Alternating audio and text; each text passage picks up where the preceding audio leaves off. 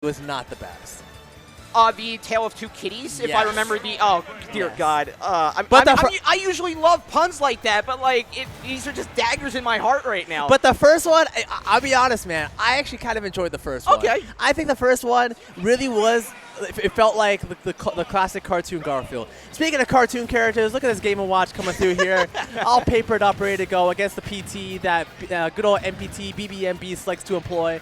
We're going to see what the game plan is going to be looking like here for this Game 1 on PS2. The tried and true, we keep seeing it. We'll never stop seeing it, bros. Yeah, you can still hate Mondays because it is a Saturday right now for this event. We'll see if that leads to any sort of fortuitous event for the Garfield-donned LettuceBoi. And right now, scrapping with, again, Beast chose to go Pokemon Trader instead of the Falco, like we had the option read out there for you. But so far, scrapping toe-to-toe, missing an 8 on the hammer. And right now, trying to get coverage in the sky because the Ivysaur is going to live just a little bit longer before these up air strings and Nair platform pressure right now. If Beast can't escape it, he's going to have to hard swap the Charizard pretty quickly here. For sure, but I do like the idea that LettuceBoi is trying to employ here. Like especially if you feel you can go for the up airs, just go for the up airs. Get the damage while you can. Oh yeah. Because if it's essentially just chip damage at that point.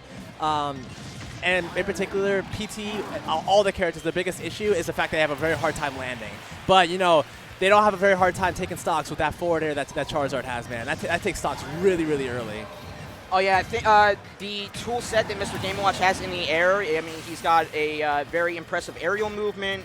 He can fastball fairly well. And he also has B reverse with Bucket. That could swap out a lot of timings with the sometimes assured nature of Ivysaur edge guarding. You can really mess with Beast's mind with a B reverse like that. So it's not all is said and done if we see the Mr. Game & Watch go off the ledge here against the Ivysaur. But right now the opposite is coming to fruition. And right now LettuceBoi using that Nair very effectively and just walling out with things like Fair in the lead up after the Nair hit. And just escaping that zoning pressure that Ivysaur is such a menace for. Looking for up air conversion will take out. But the pressure is still applied very, very effectively against the number 2 in our region right now. Yeah, and like it's just going back, man. Like Ivysaur in particular is just having a hard time being able to land. Like the fact that LettuceBoi was able to get Squirtle away so quickly to make him go to Ivysaur is been so impressive. But you know, that air dodge can make anyone recover, man. But back throw will take the stock. Game & Watch is a light character. So you know that back throw is going to kill rather early. Ooh, good retreat there to back air. Not quite taking a stock yet. Trying to go for the bacon, confirm not, but good on Beast there to go for the platform, get himself out of the situation. Absolutely right now. That just assault of pressure with the bomb, and Beast well on him to avoid all the hits of it, but still definitely feeling the pinning pressure that Mr. Game & Watch can dole out on the ground, on the platform. No escape from that explosive bomb.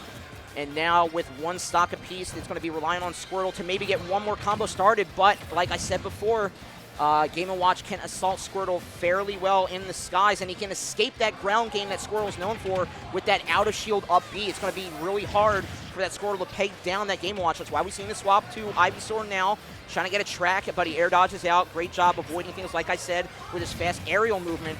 And right now, it's just hard for pinning down a 2D character against a 3D person. You know, if they turn one direction, you can barely see them. They're so thin. And right now, that seems to be a page that LettuceBoi is taking out right now. And assaulting in the skies, but cutting through. Unbelievable. That pollen of all things.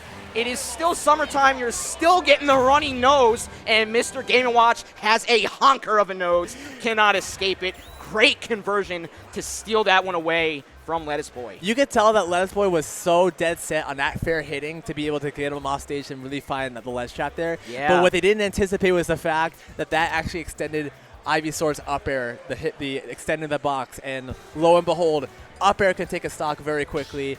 Beast lucks out of that situation and takes game 1, and now we're going to see what adjustments LettuceBoi can make. I feel like the game plan was definitely solid. The idea was there. They were scrapping. I just feel like they couldn't take the stocks quick enough, and that's really what cost them. We can see like what adjustments can be made to take that last stock.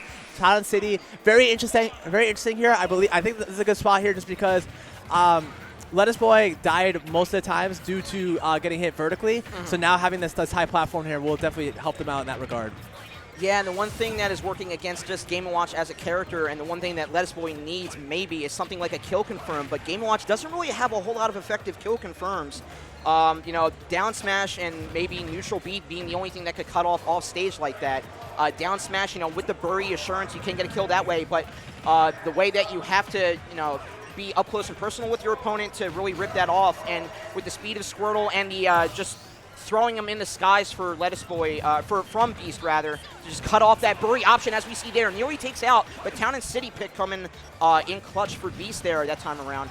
Those kill confirms, few and far between for the Mr. Game & Watch. That's why he's struggling, but right now, 115 on an Ivysaur, call out to Charizard will be waiting in the wings momentarily.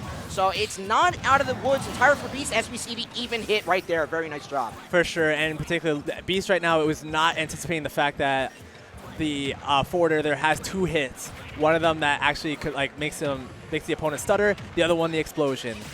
And now the up air trains yet again. I think LettuceBoi is like, they had the game plan in terms of being able to keep juggling from the vertical standpoint, but the horizontal aspect outside getting the kills off the forwarder has not been the best, and in particular, Beast is starting to catch on that spacing fact and is now like spacing it out just well enough to be able to get out of the situation. I mean, as a Game & Watch, you would expect those horizontal hitboxes of Fair and Bear to be like, you know, your saving grace at most times, but gets the call out of the up B, or of the swap rather, still gets the tilt for his efforts. But still, another thing that maybe LettuceBoi can pick up on is when he puts those characters at the percentage where Beast has to call him out. If he can start reading those call-outs, he can get things like that charge down smash to get that confirmed like I was talking about before. He can be a little more comfortable with those misplaced kill confirms that the character doesn't have, but he can start assuring himself with a bunch of call-outs and maybe turn the tide of battle here. And now on top of that too, Beast is now really going to stick the Charizard all the way through. I like the effect that Beast is really like trying their best to make sure that if there's anything that's going to kill them, it's going to be something that's going to be stray, like that back air right there. Yep. They space themselves out really well in making sure that like everything that LettuceBoi is trying to get, they have to work very, very hard for it. And LettuceBoi now trying to get this percentage here on that Squirtle. Beast trying to be a little bit aggressive, trying to get this stage going. Not quite there. The ledge is still in LettuceBoi's favor here. I mean, the situations were really working well for LettuceBoi. He had Squirtle in the air. Squirtle's ground game is pivotal for Squirtle. You had Ivysaur on that platform. If you're the one edge guarding Ivysaur, it's the opposite side of where Ivysaur wants to see himself on that left-right sides of the stage.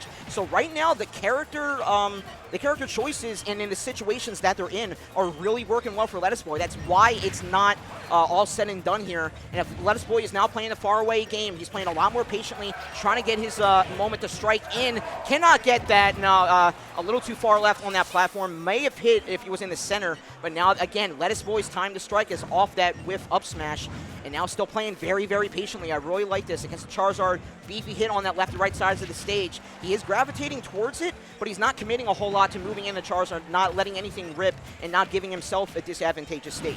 For sure, for sure. And you could tell Beast is trying to find these stray hits to be able to get the stock very quickly. Right now, with a little bit of rage there, like an F-tilt will definitely take the stock here as well as just any smash attack. Good grab there, going for the forward throws, big DI mix-up, and the stock is taken. 2-0 for Beast. What a way to clutch it out there. Caught the mix-up.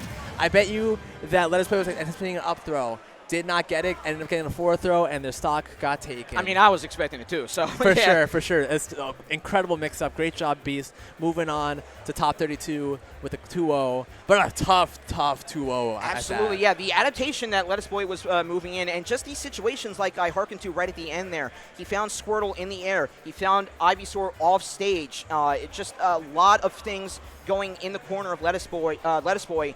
Yep. But he's the Beast. He is in this zone. You know he has the biggest X factor, just not even like in terms of the game, but just like the broader fighting game sense. Like he can basically turn on a dime. You're basically playing a more emboldened base